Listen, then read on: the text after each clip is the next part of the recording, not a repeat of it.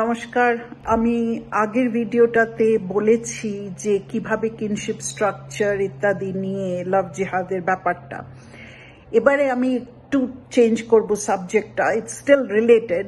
সেটা হচ্ছে কি সলিউশন আমাদের মুসলিম majority Nations and Muslim societies which are minorities in scattered পুরো বিশ্বে যারা ছড়িয়ে আছে। এই সলিউশনটা আমি নেব প্রফেসর আহমেদ করুদ থেকে। উনি নিজে একজন Marxist analyst to some extent, কিন্তু পুরোপুরি মার্কসের কথা উনি বিশ্বাস করেন না। আমাদের পুরনো একটা ছকে যেতে হবে, এটার কথা বহুবার বলেছি আমার ইংরেজি ভিডিওগুলো, যেটা সোয়াকা চ্যানেল 2-তে আছে, আপনারা দেখলেই বুঝতে পারবেন। এটা হচ্ছে মার্কসের আন্ডারস্ট্যান্ডিং অফ হিস্ট্রি, ইতিহাস উনি কিভাবে বুঝছেন।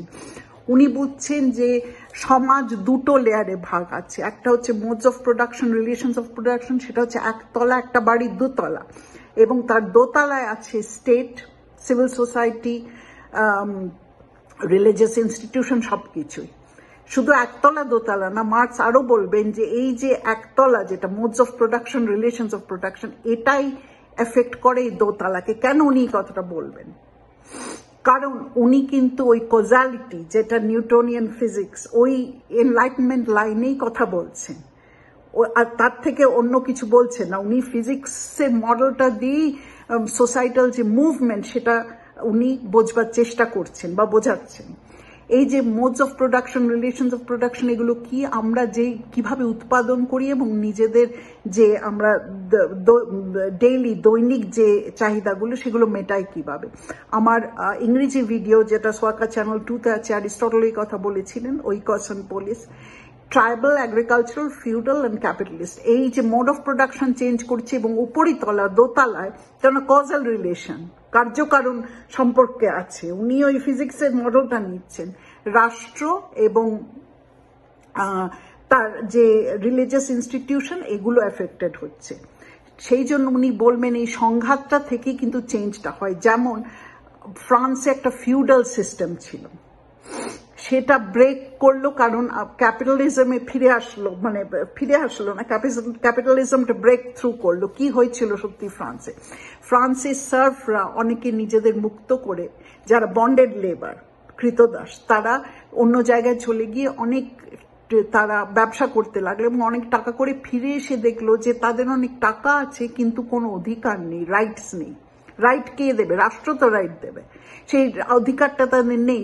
কারণ জমি কখনো কেনা বেচা করা যেত না। ক্যাপিটালিজমই প্রথম যেখানে জমি কেনা বেচা করা যায়, তার আগে কখনো কেনা বেচা করা যেত না।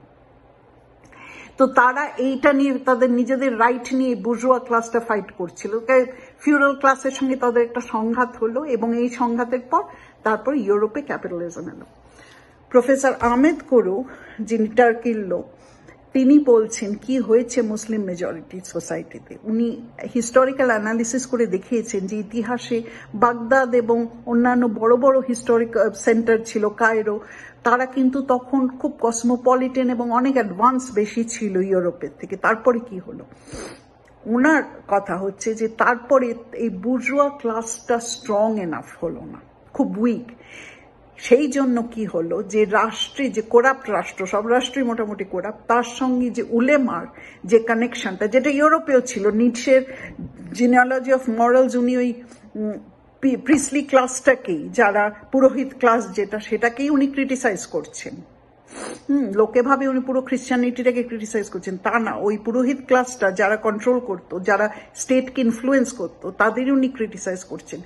এবং এই যে উলেমারা, যে অ্যাডমিনিস্ট্রেশনের সঙ্গে তাদের একটা বন্ধন বা অ্যালায়েন্স আছে, এটা বুর্জোয়া ক্লাস ভেঙে দিয়েছিল ইউরোপে। এটা মার্কসিস্ট অ্যানালিসিস। ইন্ডাস্ট্রিয়াল রেভলিউশন হচ্ছে ভেঙে দিয়েছে। কিন্তু মুসলিম মেজরিটি নেশন, সেটা সেকুলার, কনস্টিটিউশনালি সেকুলার হলেও কিছু এসে যায় না, আবার কনস্টিটিউশনালি থিওক্রেটিক, যেমন টার্কি কনস্টিটিউশনালি সেকুলার, সেখানেও এটা কিছু এসে যায় না। ওই অ্যালায়েন্সটা আছে কাদের সঙ্গে? ওই পুরোহিত ক্লাস, উলামার সঙ্গে অ্যাডমিনিস্ট্রেশন।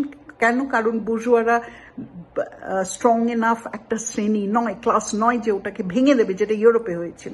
এবং এটা যে রাষ্ট্র যখন থিওক্রেটিক বা কোনো ধর্মের ভিত্তিতে আছে, যেমন পাকিস্তান, সেখানেও একই জিনিস। কাজে উনি বলছেন, উনি একটা খুব ইন্টারেস্টিং জিনিস বলছেন, যদি উনি মার্কসিস্ট, কিন্তু মার্কস কিন্তু বুর্জোয়া ক্লাসকে oppressor of the working class দেখিয়েছেন, যে বুর্জোয়ারা শুধু প্রফিট তৈরি করে এবং তাদের যে আইডিয়াল ইকুয়ালিটি সেটা অ্যাকচুয়ালি তারা মানে না। এখানে মার্কস সেকুলারিজমকেও ক্রিটিসাইজ করেছেন, যেটা আমি পরের ভিডিওতে করব, উনি তো ওনার জুইস কোয়েশ্চেনে। কিন্তু এখানে এটা কি বলার কথা যে আহমেদ কুরুর মতে যে এই বুর্জোয়া ক্লাসটা not a large enough class, এমন কিছু বড় শ্রেণী নয় যেটা ওই উলেমা আর রাষ্ট্রের যে অ্যালায়েন্স, তাদের যে সংগঠিতভাবে তারা লোককে অপ্রেস করছে, এটা ভাঙতে পারেনি। এবং ভাঙতে পারেনি বলেই so called constitutionally secular state like টার্কিতেও এবং পাকিস্তান যেটা ডিক্লেয়ার্ড থিওক্রেসি, যেটা রাষ্ট্রটা ধর্মভিত্তিক, মানে ধর্মভিত্তিক বলবো না, কারণ ধর্ম কথাটার মানেটা আলাদা, রাষ্ট্র যেটা শরিয়তি আইনের উপর বেস, একই, কারণ বুর্জোয়া ক্লাসটা লার্জ এনাফ না। এই করে উনি কিন্তু ক্যাপিটালিজমকে সাপোর্ট করছেন ওই ফিউডাল সিস্টেমটা ব্রেক করার, এবং বুর্জোয়া ক্লাসটা যে দরকার একটা বিরাট সিভিল সোসাইটি, এই কথাটাও বলছেন।